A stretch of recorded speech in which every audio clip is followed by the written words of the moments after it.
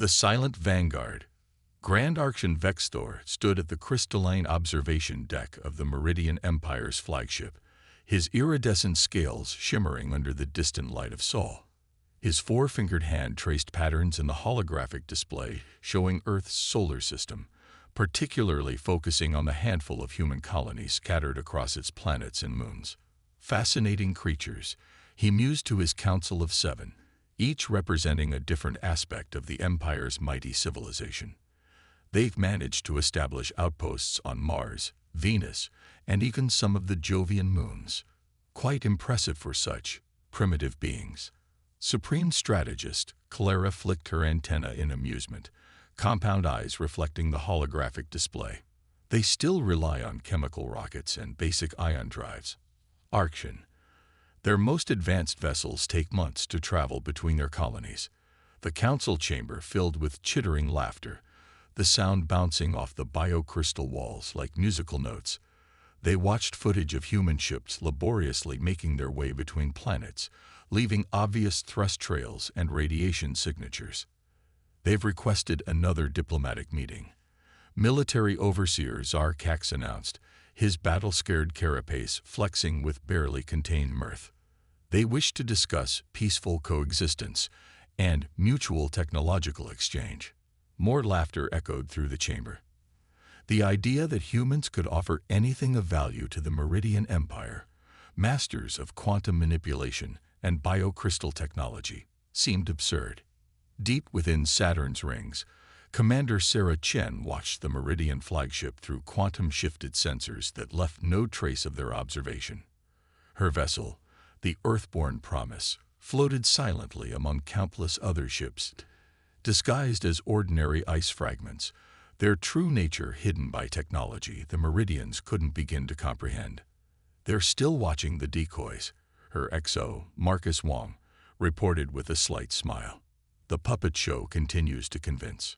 Sarah nodded, her dark eyes reflecting the tactical display, showing the true extent of humanity's presence in the solar system. What the Meridians saw as primitive colonies were merely the surface layer, a carefully crafted illusion maintained for nearly 50 years. Beneath the surfaces of various moons and asteroids lay vast cities housing billions. Within the gas giants' atmospheres floated entire industrial complexes, and in the spaces between, quantum-shifted vessels moved unseen, their drives based on principles the Meridians had never considered. Update from Deep Science, Marcus continued. Project Prometheus is ready for deployment. The quantum consciousness cores have achieved stable synchronization. Sarah allowed herself a small smile. The Meridians, for all their advanced technology, still thought in linear terms.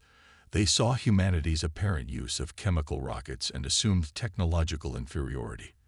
They never questioned why a species smart enough to achieve spaceflight would stick to such primitive methods. They never considered that humanity had chosen a different path of advancement altogether. The Meridians are preparing something, Sarah observed, watching the subtle shifts in their fleet movements. Their patrol patterns have changed in the past month. They're positioning for a strike. They probably think they're being subtle, Marcus replied. Should we inform the council? Sarah shook her head. Not yet. Let them commit to their course of action. The moment they move against our primitive colonies, we'll show them why humanity never stopped practicing the art of deception. In the Meridian flagship, Grand Archon Vexthor had made his decision. Prepare the fleet, he commanded. It's time we showed these humans their place in the galaxy. Their resources and territory would be better managed under Empire control. Their defenses are negligible, Clara reported confidently. Our lowest-grade weapons could reduce their colonies to ash. None of them noticed the quantum fluctuations in Saturn's rings, the subtle shifts that indicated massive fleet movements. None of them recognized that the humans they so casually dismissed had spent generations preparing for this moment. As Sarah Chen watched the Meridian fleet begin their deployment, she thought about the long game humanity had played. While the Meridians evolved toward biological and crystal technology, humanity had pursued quantum manipulation and consciousness transfer. While the Empire built bigger ships and more powerful weapons, Earth developed ways to bend space itself. "Send the signal," she ordered. "All cells activate. Operation Prometheus begins now." Throughout the solar system, hidden facilities hummed to life. Quantum cores spun up, consciousness networks synchronized, and weapons unlike anything the Meridians could imagine prepared for deployment. The Empire thought they were dealing with primitive colonists who would bow before superior technology. They were about to learn that humanity had merely chosen to play a very, very long game. And Sarah Chin, commander of humanity's true fleet, would be the one to teach them this lesson. Echoes of deception. The Meridian assault began exactly as humanity had predicted. Their crystalline warships descended upon Mars' colony, one with overwhelming force, quantum weapons primed to destroy what they believed to be humanity's most advanced settlement. Grand Archon Vexthor watched from his command deck, anticipating a swift victory. "Begin the demonstration," he ordered. "Show them the futility of resistance." The first quantum lance struck Mars' colony one dead center. The blast should have vaporized the primitive habitat dome and everything inside it. Instead, the energy simply passed through, creating a spectacular light show, but leaving the colony untouched. "Impossible," Clara whispered, her compound eyes rapidly processing the sensor data. "The colony. It's not real." "Holographic projection," Zarkax suggested, his battle-scarred carapace bristling with concern. "No," Clara replied, her antennae twitching frantically. It's quantum ghosting. Technology we theorized, but never." Before she could finish, new signatures appeared on their sensors. The surface of Mars rippled like water, and massive structures began emerging from beneath the red sands. What they had thought was a simple colony of a few thousand humans revealed itself as the tip of a vast underground civilization. In the Saturn rings, Commander Chen watched the Meridians' confusion with grim satisfaction. "Begin Phase 2, she ordered. "Show them what we've been doing," while they laughed at our primitive technology. The ice fragments in Saturn's rings, thousands of them, suddenly moved with purpose.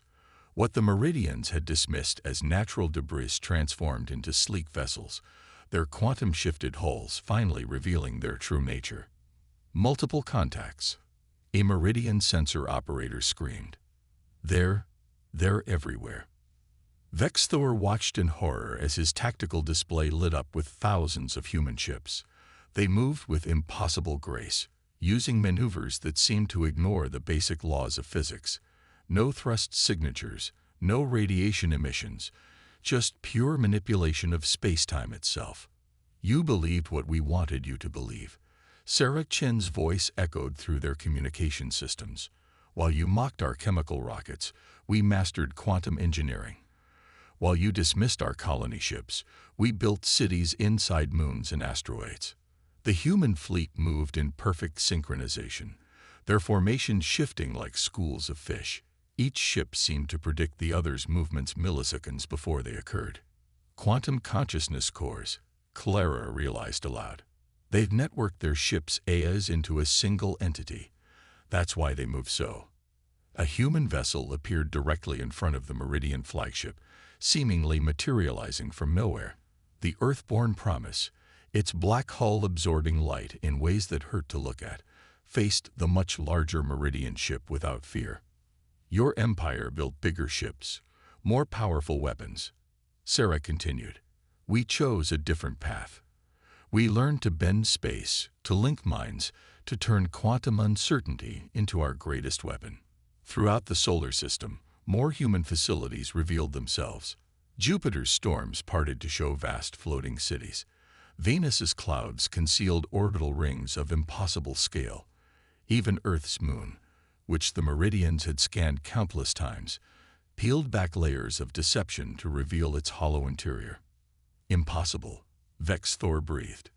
"All this time, we knew you were coming," Sarah explained. "We knew the Empire would eventually turn its eyes to Earth.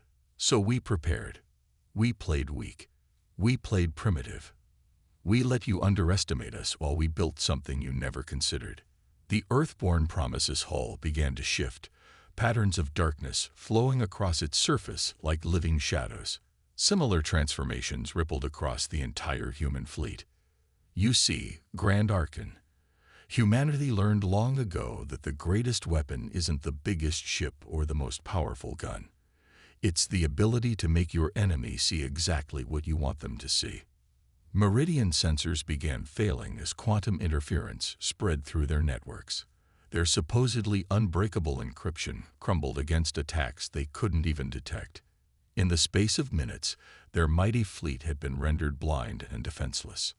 Now, Sarah Chen said, her voice carrying the weight of generations of preparation, "Shall we discuss that peaceful coexistence you so quickly dismissed?" The Meridian Council chamber fell silent as the implications became clear.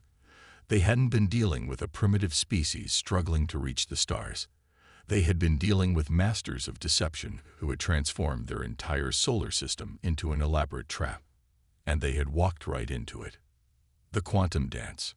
Vexthor's response to humanity's revelation was predictably imperial. "Open fire," he commanded, his scaled skin flushing dark with rage. "Full quantum barrage. Show these deceptive primitives the true might of the Meridian Empire." The Meridian fleet unleashed their full arsenal, thousands of quantum lances piercing the void. The space around Saturn's rings lit up like a newborn star as weapons capable of cracking planets sought their targets. But the human fleet moved like water, like smoke, like thoughts given form.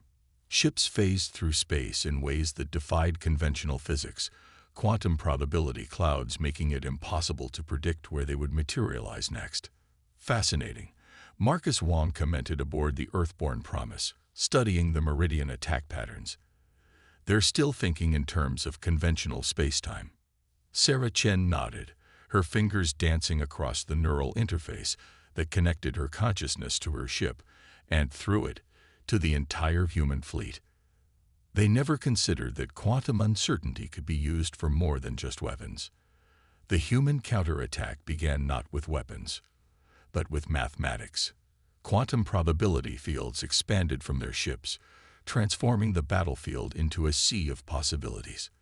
Where Meridian targeting systems tried to predict trajectories, they found themselves lost in clouds of quantum potential. "What are they doing?" Clara demanded, her compound eyes struggling to track the impossible movements. "Our weapons, they're hitting nothing but shadows." "They're not shadows," Zarkax realized, his military training finally grasping the truth. "They're probability waves. Every human ship exists in multiple states simultaneously.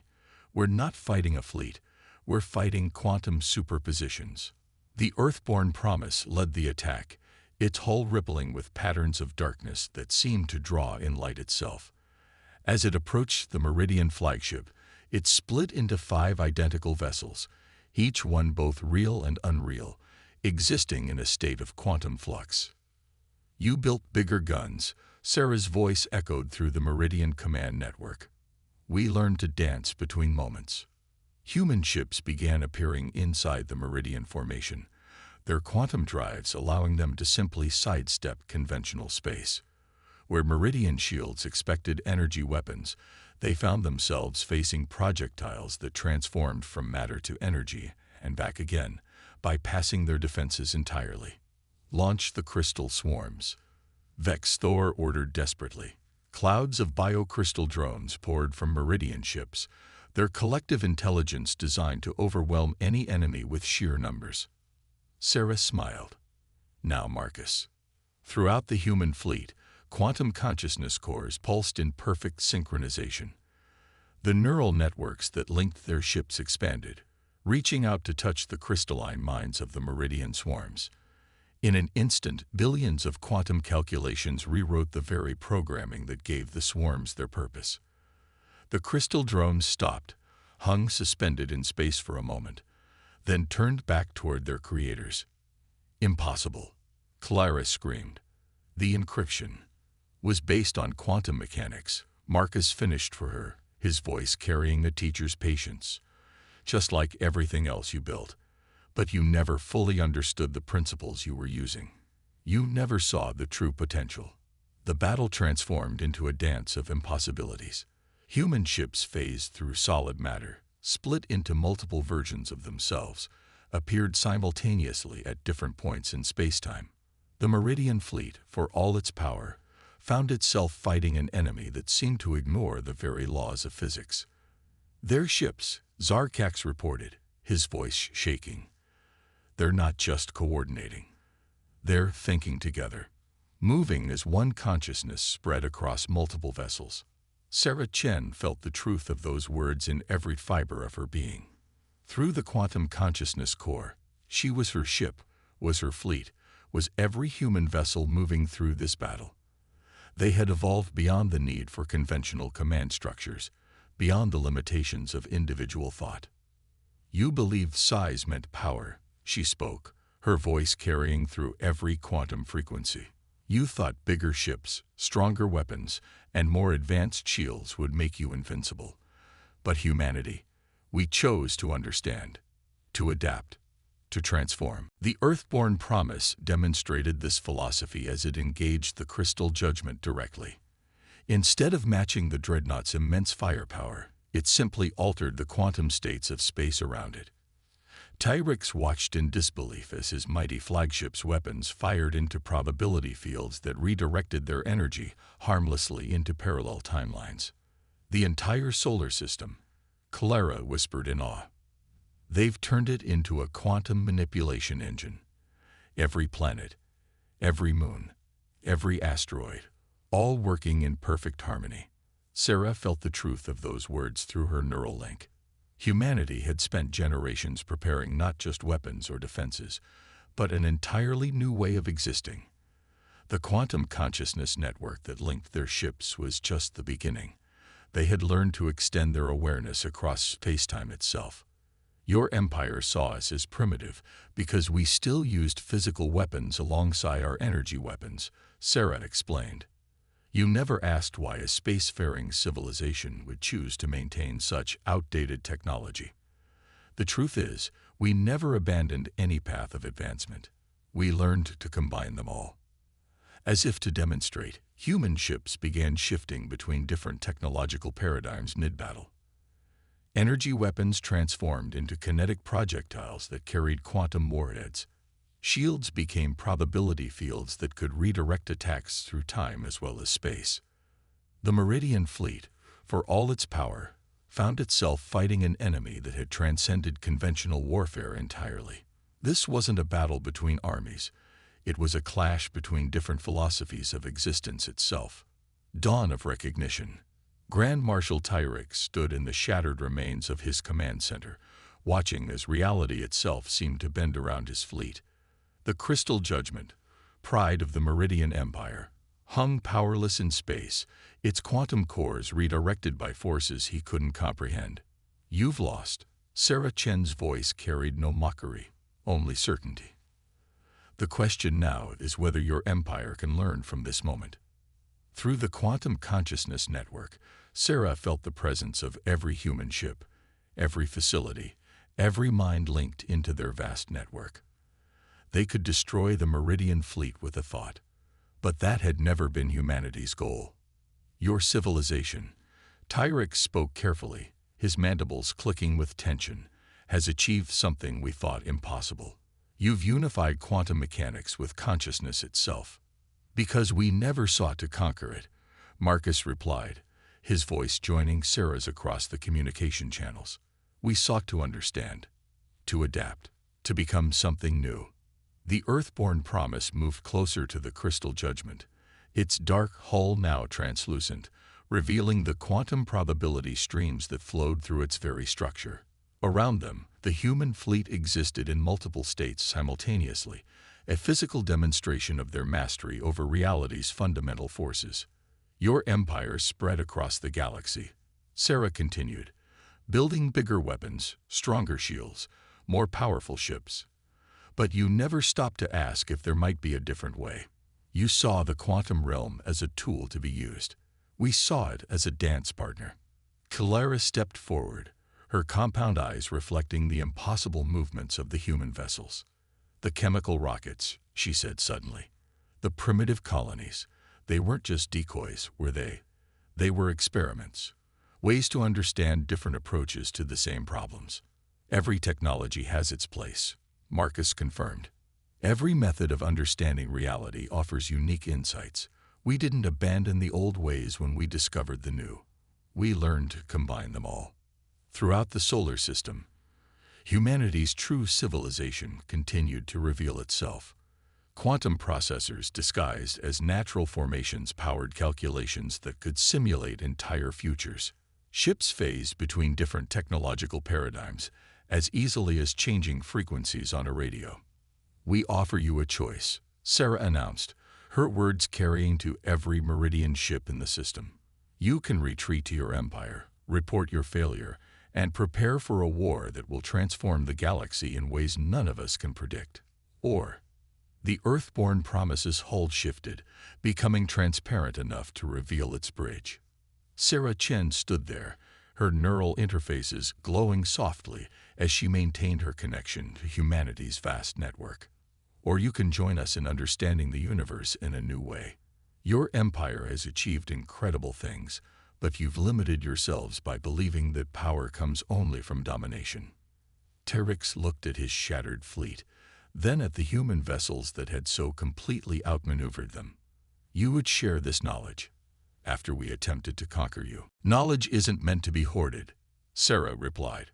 "Understanding isn't a weapon to be used against others. Your empire's crystal technology, combined with our quantum consciousness networks, imagine what we could achieve together." The command center fell silent as the implications sank in. The Meridians had come expecting to find a primitive civilization worthy only of conquest. Instead, they had discovered beings who had transcended traditional notions of technological advancement entirely. "The galaxy is vast," Marcus added, "and we've only begun to understand its mysteries. Your empire spent generations building weapons to control it. We spent those same generations learning to become one with it.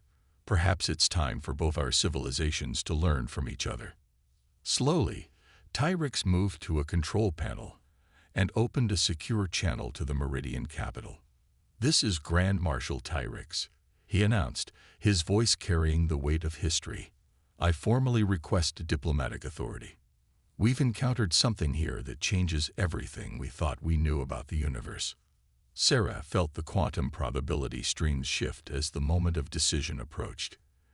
In countless potential futures, this moment branched into paths of either continued conflict or unprecedented cooperation. "Your empire believed that humanity's greatest weakness was our diversity of approaches," she said softly. "But that diversity was our greatest strength. We never abandoned any path of understanding. We learned to unite them all. Perhaps it's time for humanity and the Meridian Empire to do the same." As the sun rose over Earth, casting light across a solar system forever changed by this encounter, two civilizations stood at the threshold of a new era. The Meridian Empire had come seeking to conquer what they thought was a primitive species. Instead, they had found teachers who could show them a whole new way of existing in the universe.